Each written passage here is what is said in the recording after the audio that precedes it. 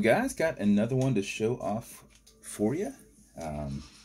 Buddy way out west ordered a dial, and we came up with this in the end to kind of go with the dial a little bit stronger. So what we've got here, we've got his custom dial in brass with kind of some distressed black fill-in paint on the skull. Black handset, and then we did a custom painted seconds hand. It's like brass, bronzy kind of tone to it. This is in a brushed case, so if you ever get a nick in it, just use a Scotch-Brite and brush with it, and you will brush in anything. You can see at the angle there, it's kind of just rolling around the side. Then this is an actual brass bezel that was chrome plated that I stripped down and baked and sanded and aged with bronzer. So an actual brass bezel on there ties into it nicely. Smaller window exhibition case back, so it doesn't stand as tall on the wrist. We've got a gilded rotor in here, a stainless steel movement holder going around, which is hard to see with the smaller window exhibition case back. Then we've got one of my ammo pouch style Italian leather straps with black edge paint down the side, nice and thick. This is a very thick strap, I'd say probably 4mm. Obviously thicker up at the head, but little logo action here on the keeper. You can flip around. I like to do this as well, the stitch, but you can roll it either direction, nice and easy. Brushed glass, same thing. If you get a nick in it, just brush it straight down. Use the green side of a Scotch-Brite. So there's your build, sir. I hope you love it. I put the bezel on a little bit tighter, but with these watches, you can go left, you can go right. There's no clicking.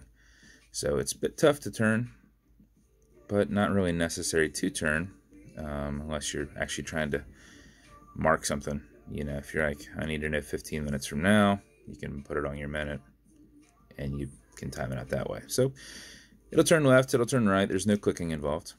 This is an automatic mechanical, so you can wind it, you can wear it, you can put it in a watch winder for it to keep time. But if it is completely dead, or you're not going to be very active and you want to make sure you're not losing any time, go ahead and pre-wind it before you put it on. So pre-winding it is solely backing off the threads to where you hear it and feel it clicking. You see a little bit of play there. You know you're not on the threads. And a wind is that direction. Backwards does nothing, but it's a lot easier to wind it back and forth. If you do it like this for 4 or 5 seconds before you put it on, even if you're not active or going to be very active, it will keep time. If you do it something closer to 15-20 seconds, like what I did to make sure that your watch is running properly, you will max out your 31-hour power reserve,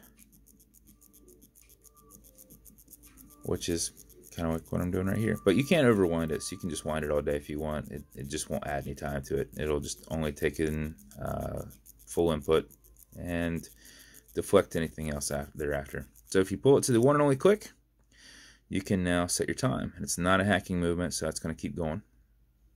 You're going to notice you got a wobble crown. It will deflect your lateral pressure from going into that stem, going into the movement, so it is rolling. So nice design feature for it. And I kind of pull back slightly as I'm doing it anyway. I'm not really pushing left and right, or just keeping it right here. I'm kind of pulling it as I'm setting the time. Okay, Google, what time is it? It's 12:06 p.m. 12:06 p.m. I'll say, and you just push it right back over and thread it back down.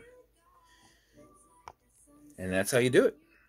So automatic, so it's, you know, as the rotor's moving around, it's going to keep time, but you can force it with the winding. So the only basic addition, the only difference between a mechanical and automatic is that rotor that's feeding it like it's like you're winding it. So there's your watch, sir. As always, we include matching beads. It's up to you whether you wear them or not. Just extra style for you. Now, your build and warranty cards that I normally include, he's not even sending them to me until this weekend. So you will get a separate little package from me with your build and warranty cards in there. Will come in your nice special edition box. It will come with watch cleaner. This is good on all glass and metal parts, so everything here in the middle. Non-streaking, non-toxic, non-residue. Some leather conditioner. That keeps this perfectly soft. So if you ever feel that it's not as pliable or feels a little rough on your wrist, apply this, let it soak in, remove any excess. A little bit will go a long way. This will last you a long time, so don't put a bunch on there. And then lastly, some fine scratch remover, which is Novus 2 from Amazon repackaged. It's kind of like Polywatch. So since this is an acrylic glass, you can scratch it. If you do, put a tiny bit on there, buff against it, fill in that scratch. Then generate some heat utilizing your microfiber and your thumb and polish it. And about 15 seconds later, it will be completely gone. Just use what you need, otherwise you're going to be pushing stuff under the bezel. You're going to be soaking a lot into your microfiber. You don't need all that. So just put a tiny, tiny, tiny bit on there. Though, if you think you put too much, you definitely put way too much. If you think you put too little, you probably put the right amount. So that's your watch, sir. I hope you love it. I appreciate your confidence in me. And we'll get this shipped out to you today, man. Appreciate you, man. And if you guys want me to build you a watch, reach out and I'll do what I can. And if you want to continue to see videos like this in the future, like and subscribe as I put them up all the time. Thanks, guys.